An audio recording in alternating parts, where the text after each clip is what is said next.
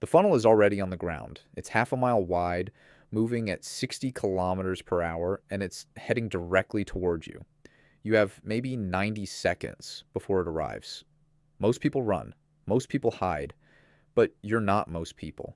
You're staying put. You want to know what's actually inside that thing. Here's what happens next. The first thing you'd notice isn't the wind, it's the sound.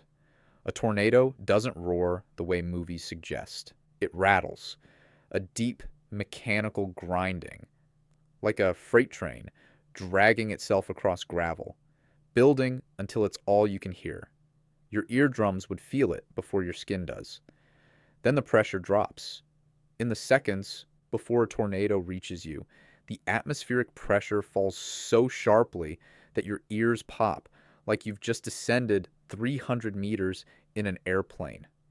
Sealed buildings have had their windows explode outward from this pressure difference alone. If you're standing outside, the air around you is already being reorganized at a molecular level, and none of it is being reorganized in your favor. Now it's here. The outer wall of a tornado, the part you can see, is where the wind is actually fastest. An EF5 tornado, the most powerful category on the scale, generates winds exceeding 320 kilometers per hour. That's fast enough to drive a piece of straw through a wooden telephone pole. You are significantly softer than a telephone pole. At this wind speed, you wouldn't be blown away, you'd be dismantled.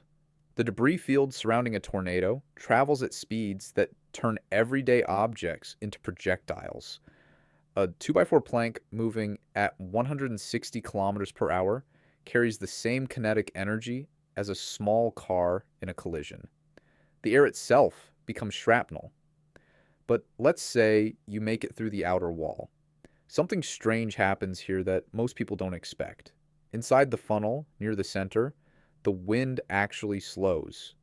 The innermost core of a tornado is an area of dramatically reduced pressure and relatively calmer air, a low pressure eye, similar in principle to a hurricane center. Researchers who have studied tornadoes up close describe this zone as eerily still compared to the wall surrounding it. You'd be standing in the eye of the most violent weather system on the planet. Look up. The interior of a tornado funnel is one of the rarest sights in nature. The walls spiral upward for hundreds of meters, a rotating column of condensed moisture, dirt, and debris moving in a perfect vortex. Meteorologists have described it as looking up through a rotating tube of cloud, reaching toward the sky. A handful of storm chasers have recorded footage from just inside the outer wall. None have described it calmly.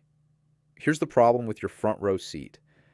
That calm center is not stable. A tornado moves, shifts, and contracts without warning. The eye that's giving you breathing room right now could close around you in under 2 seconds.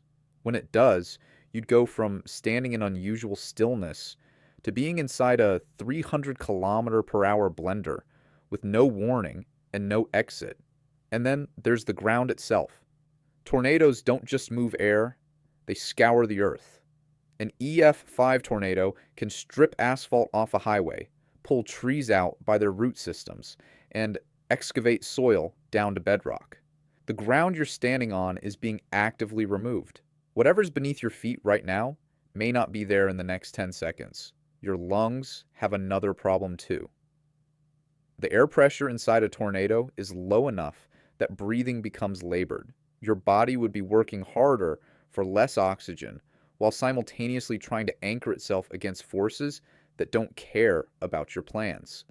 Surviving the inside of a tornado isn't impossible in the way falling into a black hole is impossible.